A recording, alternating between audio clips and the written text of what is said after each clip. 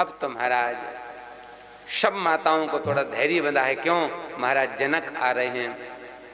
सारा दिन बीत गया, दूसरी रात्रि, तीसरी रात्रि में महाराज जनक पहुंचे हैं। और भैया सच बताऊं, आज विदा करने के बाद पहली बार जनक जी ने जानकी जी को देखा है।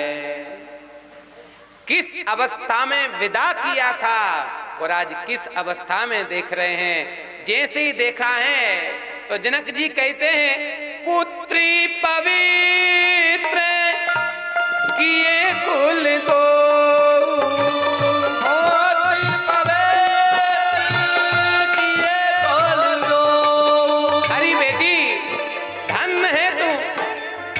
विधाता ने मुझे कोई पुत्र नहीं दिया था, तुमको ही दिया था, तो मैं विधाता को कोस रहा था। पर आज ज्ञान हुआ, अगर मेरे यहाँ बेटा होता तो मेरे कुल को पवित्र करता। और धन्य है, तूने तो मेरी कोख को भी धन्य कर दिया, मेरे निमि वंश को पवित्र कर दिया और सूर्य वंश दोनों को पवित्र कर दिया। भैया निवेदन करूं, शास्त्र कहता है 10 पुत्राधिको कन्या, 10 पुत्र से श्रेष्ठ होती है एक कन्या। और आजकल लोगों की मानसिकता क्या है? बेटा हो जाता तो ढोल बजवाते हैं, बिटिया होती तो मुंह बना लेते हैं। निवेदन करूं भैया, बेटा करते ही क्या है? एक कवि ने तो लिखा है, आवत ही तारा गई अबला आए भोज, आवत ही तारा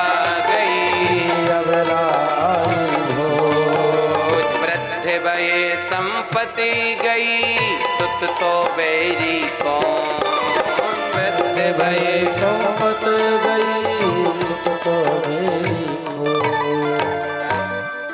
भैया एक कवि कहता है कि दुनिया का सबसे बड़ा आपका शत्रु आपका ही बेटा है। कैसे बताऊं? तो ध्यान से सुनो। जो पत्नी ने आपको अपना सर्वस्व न्यौछावर कर दिया था, आपकी वाणी पर एक पैर के बल खड़ी हो जाती थी, जब कुछ दिन बाद आपका बेटा हो गया तो सबसे पहले उसने क्या किया? आपको आपकी पत्नी से दूर किया। आवत ही दारा गई। और ध्यान से देखो तो अपने आप पता चल जाए, जब बेटा हो जाता है तो पत्नी का प्रेम आपसे हटके उस पे हो जाता है। और यहाँ तक भी देखा जाता है, कभी कभी भाई लोग श्रीमती से कहेंगे ऐसा काम कर लो, तो क्या कहेगी? खुद कर लो, बच्चे को खिला रही हूँ या दूध पिला रही हूँ। इसका मतलब आपकी कोई इज्जत नहीं उसके आगे। तो आवत ही दारा गई, मजे की बात, अबला आए भोज। जब वो बेटा थोड़ा बड़ा हो जाता है तो आपका भोजन भी चला जाता। घर में कोई आपसे नहीं पूछता, बच्चों से पूछता बेटा क्या खाओगे। बच्चे जो डिमांड कर दें वही बनता, तुमको खाना हो तो खाओ, नहीं तो चुपचाप रह जाओ। और महाराज वृद्ध भये संपत्ति गई। जिस संपत्ति के लिए आप गोली चलाने के लिए तैयार थे, कैसे दिन रात एक करके कमाई, उस संपत्ति को कोई छीनना चाहे तो आप कोर्ट कचहरी करने को तैयार, लेकिन वो इतनी परिश्रम की संपत्ति आप हंसते हंसते बच्चे के नाम कर देते हो।